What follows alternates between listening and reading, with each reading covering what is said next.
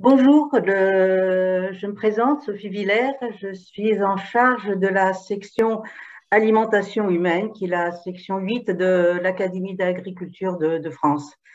Cette section, comme son nom le laisse entendre, se préoccupe de toutes les questions d'alimentation humaine selon des angles qui correspondent au large éventail de ses compétences, les compétences de ses membres correspondants, français ou étrangers, qui, ensemble, représentent un potentiel de 44 membres. Elle comprend 3 collèges principaux, des scientifiques et des technologues, un collège d'industriels et un collège d'administrateurs d'institutions publiques et privées. Cette section examine notamment les questions d'acceptation sociétale des changements qui surviennent ou pourraient survenir dans l'alimentation humaine, et elle considère aussi les changements potentiels des systèmes alimentaires, tant pour ce qui concerne les questions techniques que pour les questions sanitaires, sociales, économiques ou réglementaires. Sur le programme qui est en cours de s'achever, donc programmation 2021-2022, la section 8 a eu comme fil conducteur des travaux plus particulièrement sur l'analyse de la robustesse et des impacts des différents modèles utilisés pour la classification des aliments. Et ces travaux, d'ailleurs, se sont concrétisés en particulier par la séance publique qui s'est tenue sur l'étiquetage simplifié des scores nutritionnels, beaucoup connaissent Nutri-Score, et environnementaux qui se profilent du fait de la réglementation en cours. Mais également, elle s'est intéressée à une autre forme de classification qui est souvent médiatisée, parce que c'est une classification qui met en avant les aliments dits ultra transformés. Et les travaux menés ont donné lieu donc à une publication récente d'une note académique que l'on trouve sur le site évidemment de l'Académie, donc classification qui propose 4 catégories selon le degré de transformation des aliments, des denrées brutes, donc celles, comme je le disais, celles des aliments ultra transformés. Et l'article dont il est fait mention dans la publication de cette note académique a été co-signé par 2 membres très actifs de notre section et qui, tout au long de l'année, nous avait fait part effectivement de l'évolution des réflexions en la matière.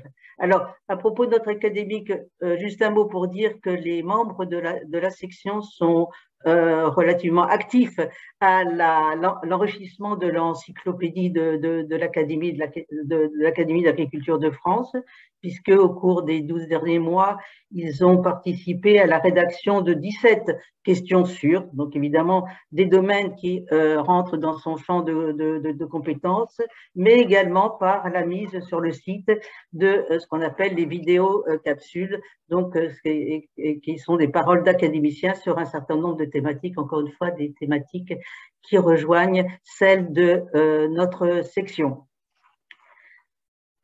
En ce qui concerne la programmation à venir, autre fil directeur qui a été proposé et donc retenu, ils conduiront à se pencher en particulier sur la question de la perception gustative,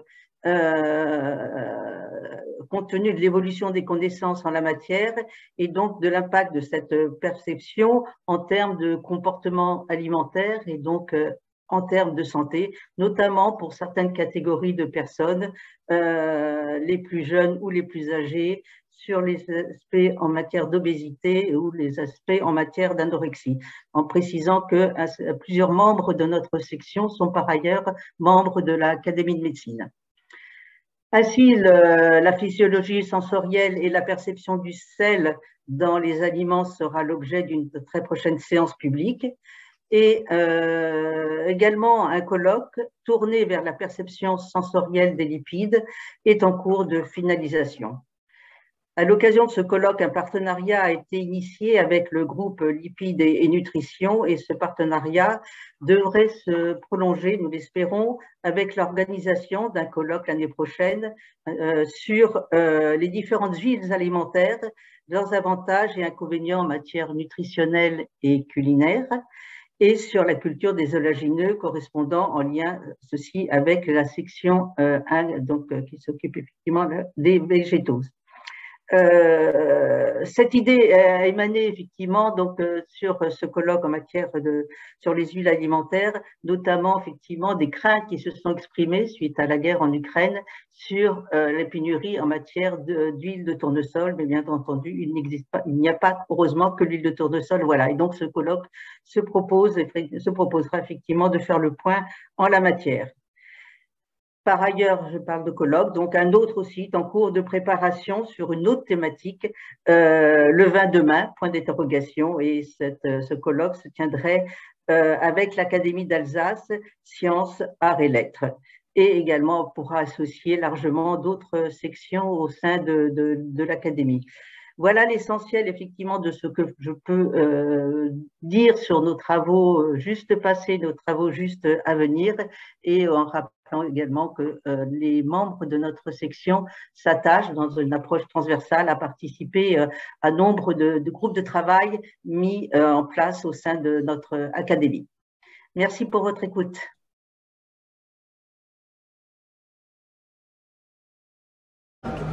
Bonjour, nous recevons aujourd'hui Bernard Ambollet, secrétaire de la section 9, agrofourniture. Oui, bonjour. Donc la section 9, son intitulé exact, c'est les industries de l'agrofourniture et des produits non alimentaires. Parce qu'en effet, dans cette section, on s'intéresse à trois grands périmètres, trois grands domaines. Le premier, c'est l'agrofourniture, avec principalement l'agroéquipement, aussi bien pour la production, donc c'est le machinisme, pour la production aussi bien végétale qu'animale. Également tout ce qu'on appelle les intrants, c'est-à-dire les semences, les engrais, donc tout ce qui concerne la fertilisation d'une façon générale, y compris les produits de biosimulation, et puis les produits de la protection des cultures. Ça c'est le premier grand chapitre, donc vraiment de l'agrofourniture. On s'intéresse également aux productions qui sont destinées à des utilisations non alimentaires. Donc par exemple les cultures destinées à la constitution de fibres, hein, avec le chanvre, le lin ou le coton par exemple. Et des cultures qui sont aussi destinées à l'industrie biosourcée avec la chimie verte par exemple pour essayer de fabriquer de nouvelles molécules à partir du végétal, et puis également tout ce qui est les plantes qui vont être destinées à l'énergie comme par exemple le colza diester par exemple, pour ne citer qu'une culture. Alors on s'intéresse aussi bien aux cultures qu'à tout l'aspect production d'énergie, donc tout le process qui va en aval de la production. Et puis le troisième domaine, c'est le domaine de la communication avec, par rapport à tous ces domaines, avec l'acceptabilité sociétale et bien sûr tout ce qui concerne les liens avec la société pour essayer de communiquer sur les nouvelles technologies qui se font jour et qui sont utilisées en agriculture. Alors, dans cette section, on a des gens qui sont aussi bien du domaine de la production, on a des agriculteurs parmi nous, parmi nos membres, on a également des gens qui ont eu une compétence parce qu'ils ont travaillé dans l'industrie, ou ils ont travaillé dans la communication, dans les grands médias, etc. Donc on a une diversité assez forte. Alors bien sûr, on ne travaille pas seul sur les sujets qui nous intéressent, on est en interaction constante avec les autres sections de l'académie pour traiter des sujets aussi divers, par exemple que l'évolution de la production des cultures, avec une approche complètement intégrée qui part de l'aspect génétique, avec l'utilisation des outils d'aide à la décision, avec l'utilisation des méthodes dites alternatives comme des méthodes mécaniques, et également tout ce qui concerne les produits classiques de protection des cultures ou le biocontrôle qui se développe énormément par exemple en France. Et puis on va s'intéresser à la problématique par exemple du développement de l'agriculture de demain avec des orientations et comment on s'adapte à l'agroécologie et à l'évolution vers des modèles agroécologiques qui soient bien sûr l'agriculture biologique, on s'y intéresse, mais également à l'agriculture de conservation des sols par exemple. Voilà ce que l'on fait dans cette section qui est encore une fois très en interaction avec les autres sections. Donc bonjour, je suis Jean-Marie Serroni, je suis agroéconomiste et j'ai le plaisir d'animer la section 10, économie et politique agricole. Donc nous nous intéressons à toutes les questions, je dirais, économiques, financières, sociales, des acteurs des filières du monde agricole. Nous nous intéressons du territoire jusqu'à la politique mondiale. Nous nous intéressons sur les filières de l'exploitation jusqu'à la grande distribution. Donc ça fait un champ très large. Nous avons donc une cinquantaine de membres très actifs qui sont pour certains des chefs d'entreprise ou des responsables d'entreprises agricoles, agroalimentaires, grande distribution maintenant. Nous avons des chercheurs, nous avons des gens comme moi qui ont eu des responsabilités dans les organisations professionnelles agricoles, dans les métiers du conseil. Donc un panel très divers et qui est une des particularités de l'Académie. Nous avons un réseau de membres associés un peu partout dans le monde, ce qui par rapport à l'économie est un plus exceptionnel, notamment maintenant qu'on utilise la visio. Un exemple sur les travaux sur lesquels nous travaillons actuellement. Bien sûr, nous suivons de près toutes les questions de la politique agricole commune, avec des correspondants en Allemagne, en Irlande, en Espagne, qui participent à quasiment toutes nos réunions.